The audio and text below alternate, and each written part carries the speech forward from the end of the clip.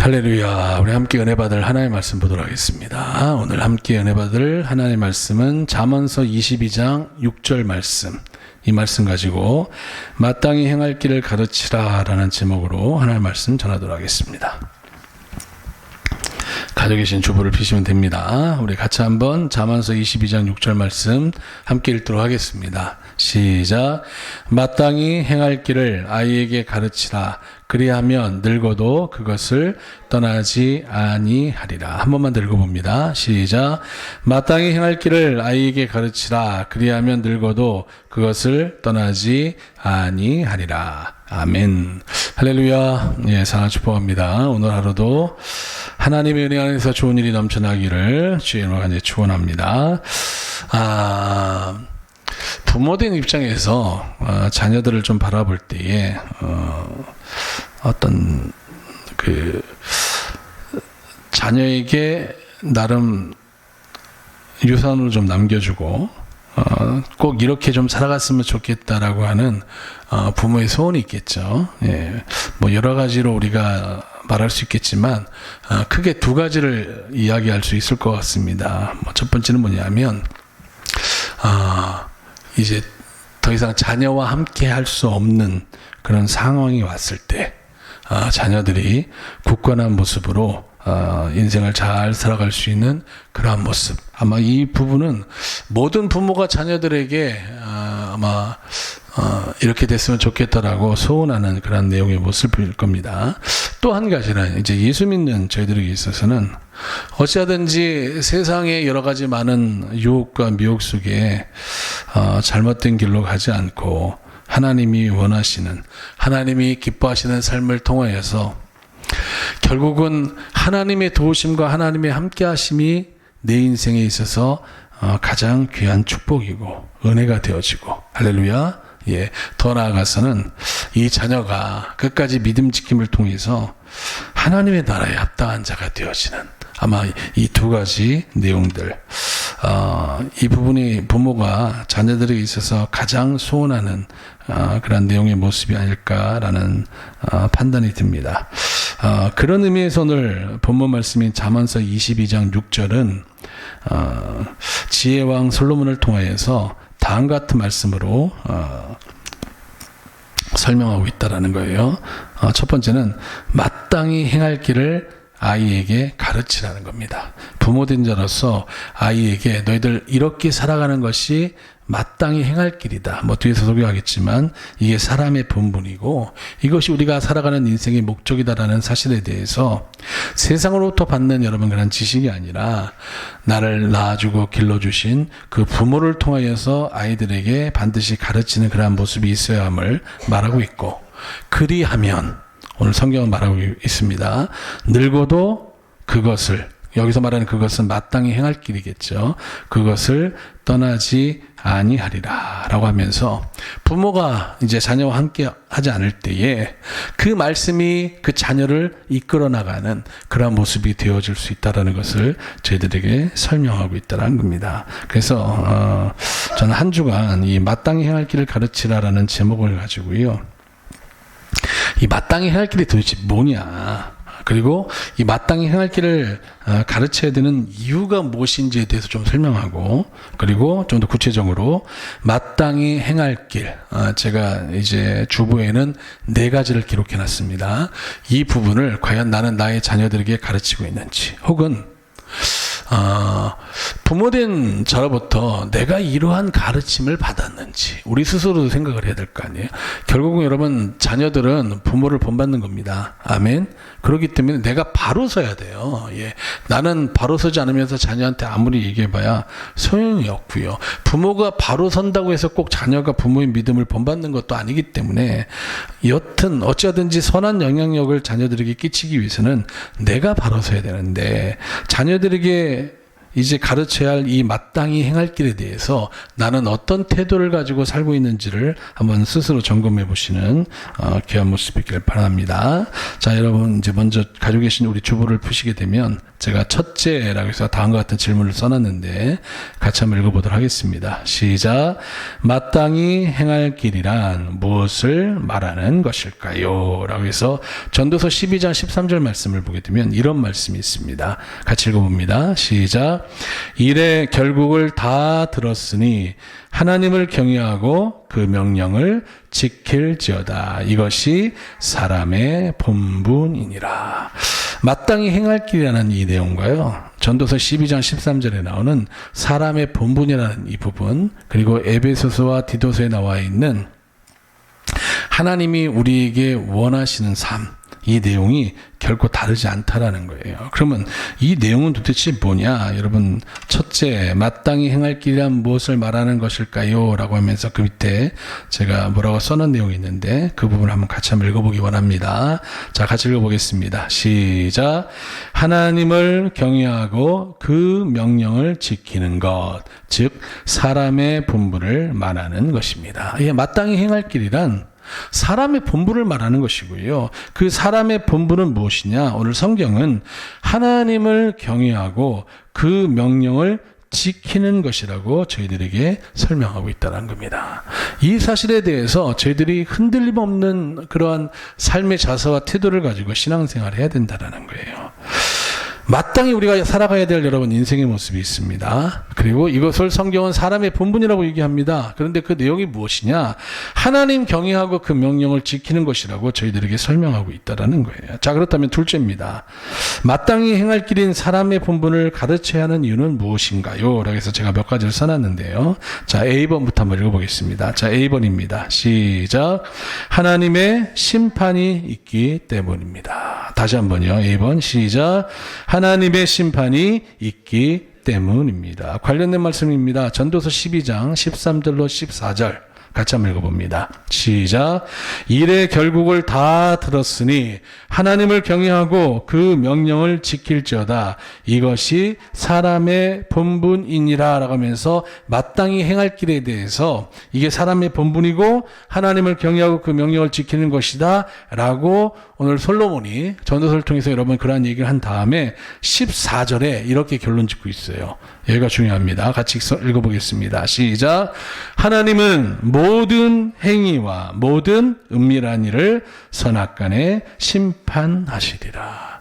우리가 마땅히 행해야 될 내용들, 사람의 본분으로서 마땅히 지켜야 될 내용이 하나님을 경외하고 그 명령을 지키는 것인데, 하나님은 이 모습을 가지고 우리들의 모든 행위 그리고 다른 사람은 알 수 없는 모든 은밀한 일에 대해서 선악간에 뭐 하신다고요? 심판하신다라고 성경은 저희들에게 말씀하고 있다는 겁니다. 전도서 3장 17절 한번 읽어봅니다. 시작. 내가 심중에 이르기를 의인과 악인을 하나님이 심판하시리니 이는 모든 목적과 모든 일이 이를 때가 있음이라 하였으며. 여러분 알다시피 솔로몬은요, 다윗의 아들로 태어났습니다. 그리고 왕이 될 수 없는 사람이 왕이 되어지는 특별한 은혜를 그가 경험했다라는 거예요. 왜냐하면 그의 어머니가 여러분 잘 아시는 대로 우리아의 아내 바스바입니다. 약간 문제가 있잖아요. 예. 그 여인을 통해서 얻게 되어진 자녀가 솔로몬이라고요. 그리고 솔로몬은 장자가 아닙니다. 그렇기 때문에 다윗의 뒤를 이어서 이스라엘 왕이 된다는 것은요, 사실 상상하기 어려운 모습이라는 거예요. 그런데 하나님의 특별한 은혜를 통해서 솔로몬이 어린 나이에 다윗의 뒤를 이어 이스라엘의 왕이 되어집니다. 그리고 그가 스스로 나의 부족함과 나의 연약함을 여러분 기억하면서 하나님 앞에 뭐합니까? 일천번제를 드려요. 그러면서 하나님, 내가 이 하나님의 백성들을 잘 치리할 수 있도록 나에게 특별한 은혜를 달라고 여러분 간구합니다. 그때 하나님께서 야, 다른 이들 같으면 자신의 부귀와 명예와 건강과 이 생에서의 여러 가지 많은 본인을 위한 것을 구할 텐데 너는 그렇게 하지 않고 너의 맡겨진 왕으로서의 어떤 그 사명 감당을 나한테 구한다고 대단하다라고 하면서 하나님께서 그가 구하지 아니한 부귀와 영화도 함께 하시는, 그리고 솔로몬의 때에는요, 그가 40년 동안 이스라엘을 다스렸는데 단 한 번도 전쟁이 없는 그러한 특별한 은혜로, 그래서 솔로몬을 하나님께서 평강의 왕으로 세워주시는 놀라운 모습을 보게 된다는 거예요. 그런데 사람이요, 모든 것이 형통하고 잘 풀리게 되어지면 꼭 나타나는 현상이 있습니다. 그게 뭐예요? 과거에 자기의 연약했던 시절을 잊어버린다는 거예요. 그리고 스스로 교만합니다. 자고해요. 하나님을 의지하고 하나님께서 당신에게 은혜를 주셨기 때문에 여기까지 왔다는 사실을 까맣게 잊어버리고요.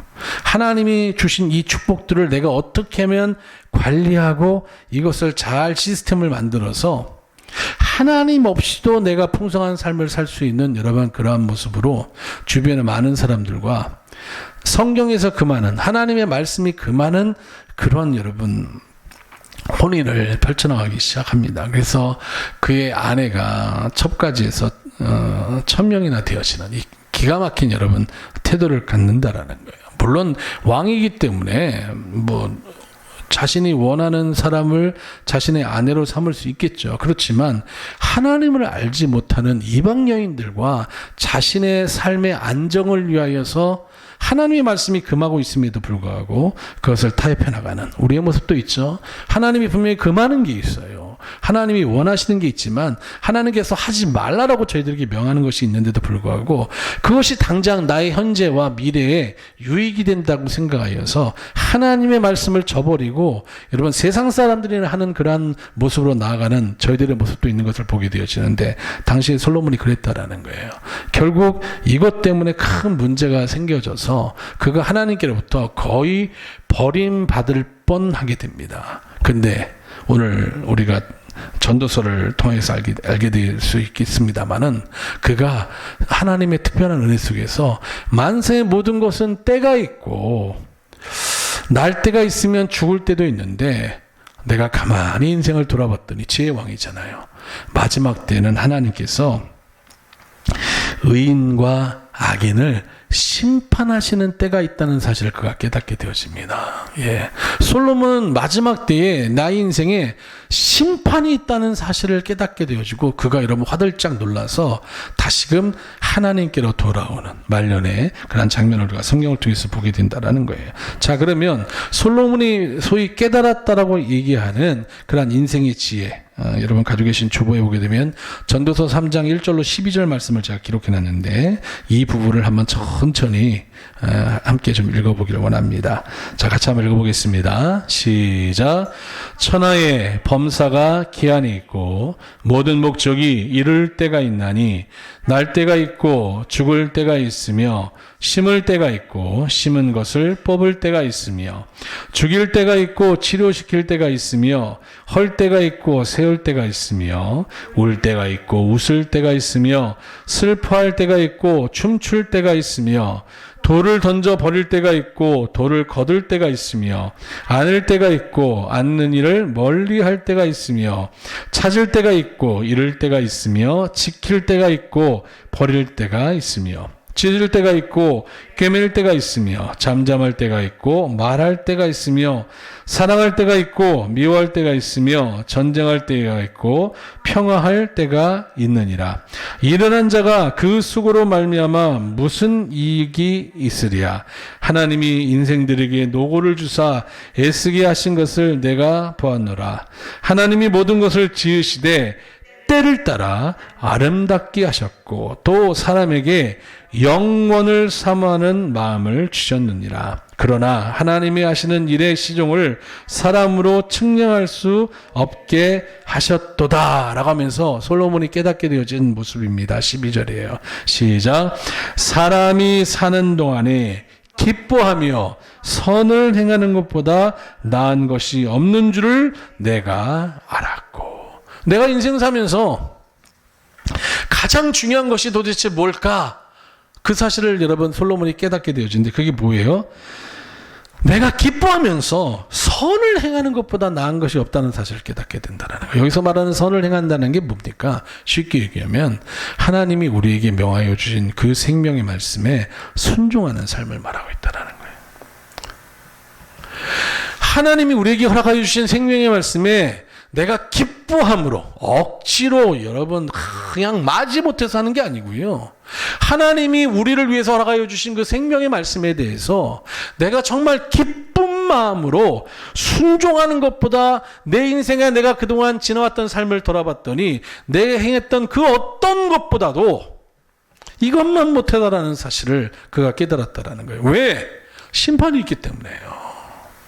이 땅에서는 강건해야 7, 80이고 요즘은 뭐 100살까지도 사시는 분이 있습니다만은 최근에 장례식장 가게 되면 전부 다 90이 넘으셨어요. 그냥 기본값인 것 같아요. 이제는 어지간하면 특별히 여러분 사고를 당해서 돌아가시는 일이 없으면 90 넘게도 지금 70이 넘으신 목사님이 있는데 아직도 어머니 살아계시고요.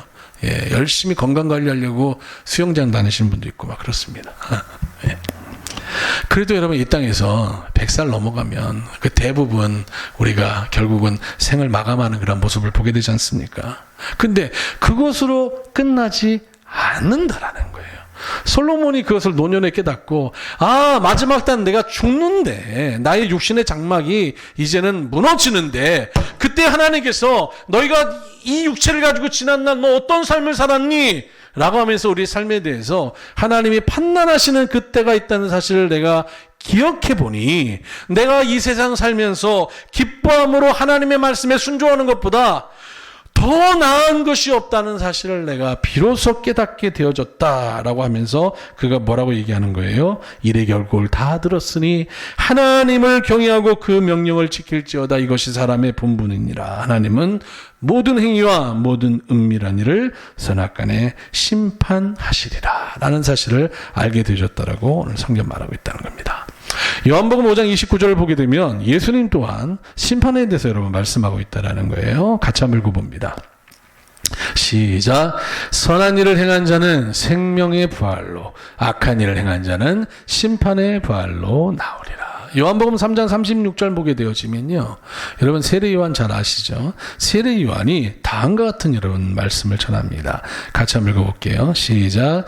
아들을 믿는 자는 영생이 있고 아들을 순종치 아니하는 자는 영생을 보지 못할 뿐만 아니라 도리어 하나님의 진노가 그 위에 머물러 있느니라. 순종치 않는 이상 여러분 그 인생은 영생과는 여러분 상관이 없고 도리어 하나님의 진노가 그 위에 머물러 있어서 이 육신의 장막이 여러분 무너지면 내가 이 땅에서의 삶을 다하면 하나님의 뭐를 받게 된다라는 거예요? 진노를 받게 되어진다라고 오늘 다른 사람도 아니고 세례 요한이 이 사실을 여러분 이야기하고 있다라는 거예요.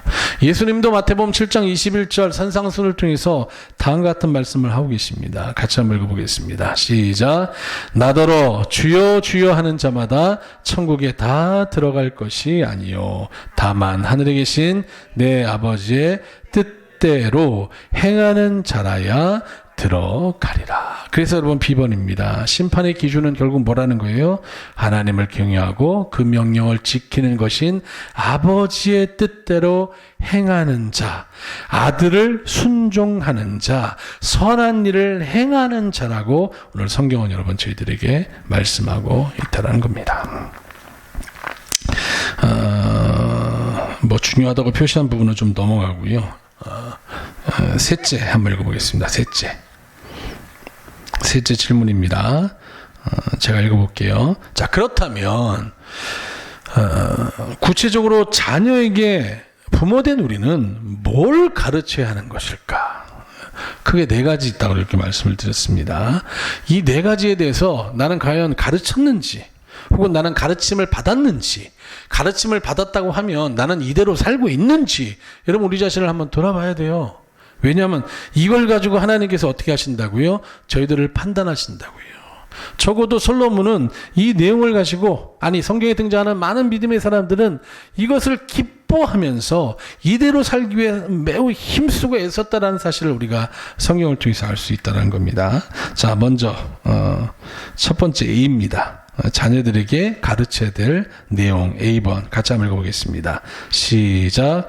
하나님을 경외하는 법인 기록된 성경을 부지런히 읽고 묵상하도록 가르쳐야 합니다. 우리는 인생의 지혜에 대해서 세상에서 어떻게 하면 살아남는지에 대한 세상에 사는 어떤 지혜들을 자녀들에게 가르치려고 하거든요.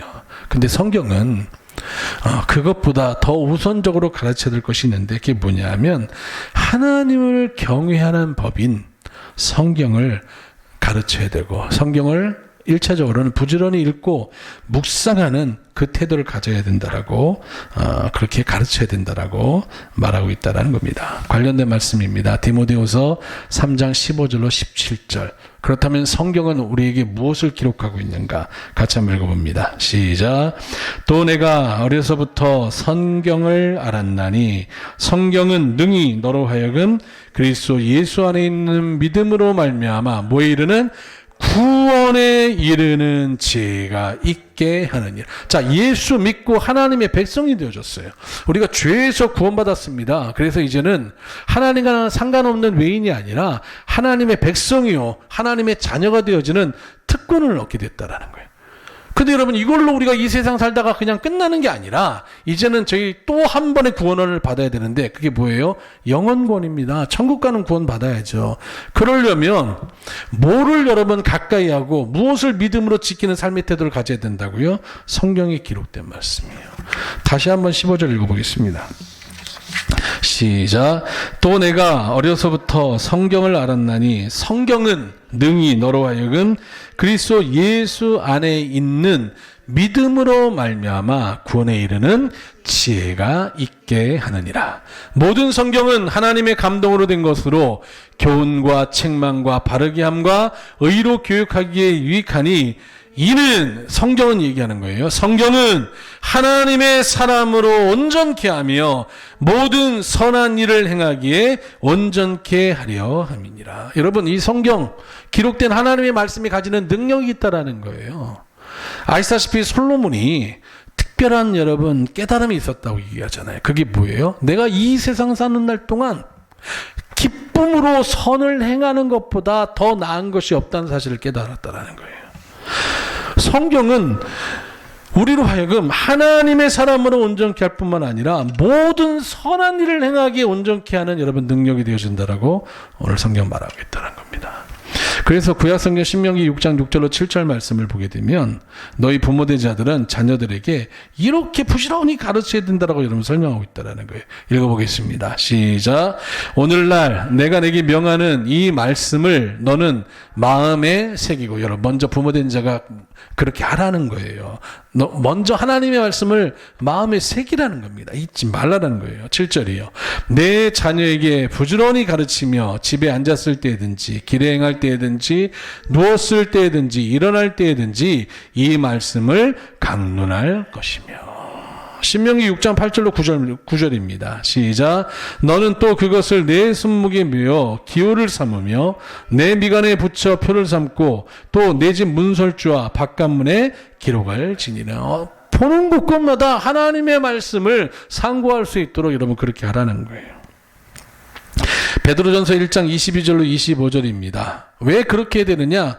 하나님의 말씀이 결국 우리로 하여금 그 말씀의 순종함으로 우리의 영혼을 깨끗하게 하고 거짓 없이 진실된 마음으로 가식적인 태도가 아니라는 거예요.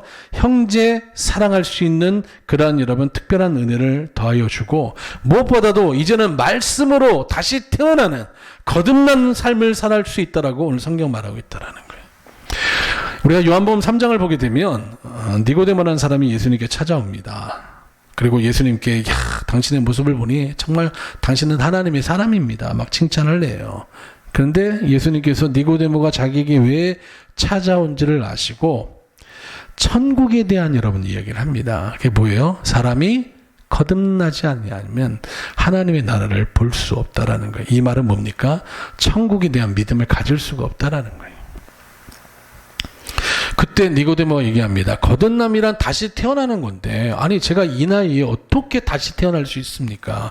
어머니의 모태로 다시 그러면 들어가라는 소리입니까? 라고 했더니 야 너는 이스라엘 선생들이라서 이걸 알지 못하느냐라고 하면서 뭐라고 말씀하세요? 사람이 물과 성령으로 거듭나지 아니하면 하나님의 나라에 절대 들어갈 수 없다라고 그렇게 말씀하십니다. 오늘 말씀으로 거듭난다는 것이 물로 거듭난다는 여러분 의미라고요. 그러니까 말씀을 우리가 가까이 하지 않을 수가 없어. 왜? 이 사람이 올바른 목회자인가 목회자가 아닌가 판단할 수 있는 여러분 첫 번째 기준은 뭐냐면 그가 성경에 기록된 대로 하나님의 말씀을 전하는지 아니면 자신이 느끼고 깨닫고 어디서 여러 사람에게서 들은 그런 이야기들 그리고 성도들의 어떤 감정선을 건드리는 그런 내용으로 말씀을 전하는지를 가지고 여러분 참된 종인지 그렇지 않은지를 분간할 수 있다라고 성경 말하고 있다라는 거예요. 본인도 물론 열매를 맺어야겠지만요. 매우 중요합니다. 하나님의 말씀. 그래서 더해서도 안 되고요. 빼서도 안 됩니다. 가감하면 안 된다고 성경 분명히 말하고 있거든요. 다시 한번 베드로전서 1장 22절부터 읽어보겠습니다. 시작. 너희가 진리를 순종함으로 너희 영혼을 깨끗하게 하여 거짓이 없이 형제를 사랑하기에 이르렀으니 마음으로 뜨겁게 피차 사랑하라. 너희가 거듭난 것이 썩어질 씨로 된 것이 아니요 썩지 아니할 씨로 된 것이니 하나님의 살아있고 항상 있는 말씀으로 되었느니라. 그러므로 모든 육체는 풀과 같고 그 모든 영광이 풀의 꽃과 같으니 풀은 마르고 꽃은 떨어지되 오직 주의 말씀은 세세토록 있도다 하였으니 너희에게 전한 복음이 곧 이 말씀이니라. 그래서 여러분 부지런히 하나님의 말씀 가까이 된다는 거예요. 다윗을 보십시오. 그가 시편 23편의 축복을 받기 위해서 시편 1편과 같은 삶을 살았다고 하는데 뭐라고 말하고 있습니까? 앞에는 악인에게 어쩌고저쩌고 막 나와 있지만 그 다음에 말씀을 보게 되면 내가 여호와의 율법을 즐거워하여 그 율법을 주야로 묵상하는 자가 되기 위해서 힘썼다라고 여러분 성경 말하고 있다라는 그 대단한 믿음을 가졌던 다윗이 왜 그러한 삶을 살았을까요? 다윗은 이 땅의 삶보다 결국은 영원한 삶을 여러분 꿈꾸고 살았기 때문에 그렇다라는 거예요. 그리고 하나님이 주시는 진정한 축복은 육신의 복이 아니라 영혼의 복이라는 거예요. 그러면 육신의 복은 왜 허락하시는 거예요? 하나님을 신뢰하고 믿으면 하나님께서 이렇게 이 땅에서 복을 주실 수 있다라는 거예요. 그러니 너희들에게 정말로 주기를 원하시는 영생의 복, 영혼의 복 받기 위해서 힘쓰라는 겁니다. 하나님의 목적은 항상 여기에 있어요. 예수님의 여러분 목적도 이 땅에서 잘됨이 아닙니다. 결국은 천국 가는 거예요. 그래서 예수님이 여러분 사람들 앞에서 첫 번째 외쳤던 메시지가 뭐예요? 회개하라! 천국이 가까웠다. 그러면서 동네 어디를 가든지 하나님의 나라 복음, 천국 복음을 전하기 위해서 힘썼다라고 성경은 저희들에게 말하고 있다는 겁니다. 시간이 다 됐기 때문에 나머지 세 개는 우리가 큰 글씨 위주로만 한번 살펴보도록 하겠습니다. 자, 자녀들에게 구체적으로 무엇을 가르쳐야 되는가? 첫 번째는 하나님을 경외하는 법이 기록된 성경을 부지런히 읽고 묵상하도록 가르쳐야 된다라는 거고요. 두 번째 B입니다. 읽어볼게요. 시작. 온전한 주의를 지킴으로 여호와 경외하기를 가르쳐야 합니다. 여러분 하나님께서 우리가 하나님을 경외하는지 하는지 무엇으로 판단하신지 아십니까? 하나님께서 지키라고 명하신 주의를 예배 드리는 날을 내가 어떻게 지키는지를 봐가지고 여러분 하나님 판단하신다는 거예요. 관련된 내용은 여러분께서 주부의 내용 오후 시간에 좀 더 살펴보도록 하겠습니다. 자, 세 번째입니다.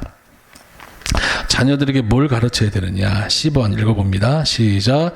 정성스러운 예물로 여호와 경외하기를 가르쳐야 합니다. 그냥 몸으로, 그냥 말로, 삶으로만 여러분 하나님을 섬기겠다고 하는데 성경은 그렇게 말씀하고 있지 않습니다. 우리의 말과 행실뿐만 아니라 우리에게 허락한 재물 얻는 능력을 주셨는데 그것을 가지고 너희가 나를 이렇게 섬기라고 여러분 설명하고 있다는 거예요. 섬기는 사람과 섬기지 않는 사람을 두 주인을 여러분 섬기는 사람과 섬기지 않는 사람으로 하나님께서 구분 짓겠다라고 그렇게 말씀하고 있다는 거예요. 정성스러운 예물로 하나님 경외하기를 가르치는 내용 6가지는 여러분께서 참고하시면 될 것 같습니다. 자, 네 번째입니다. 읽어볼게요. 시작.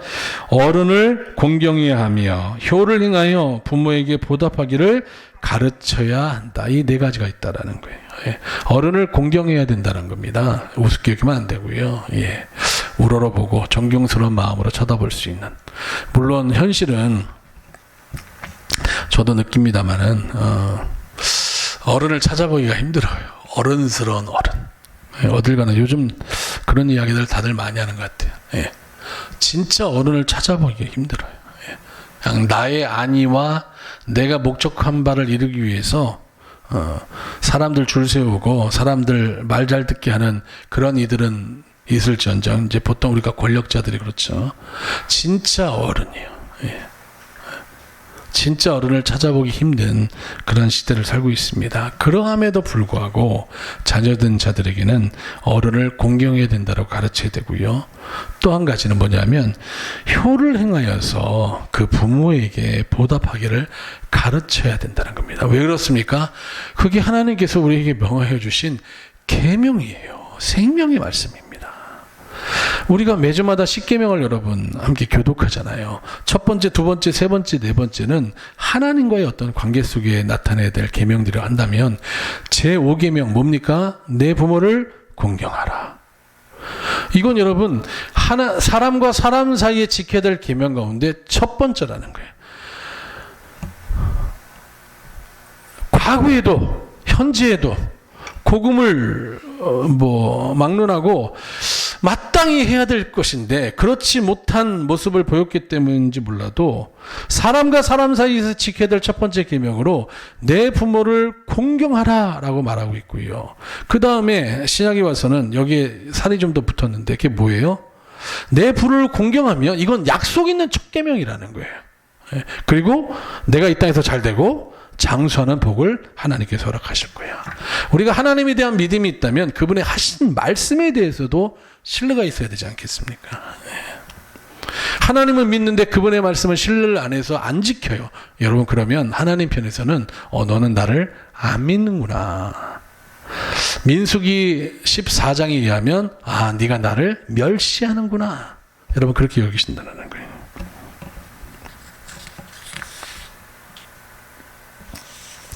한 구절만 읽고 마치겠습니다. 에베소서 6장 1절로 3절입니다.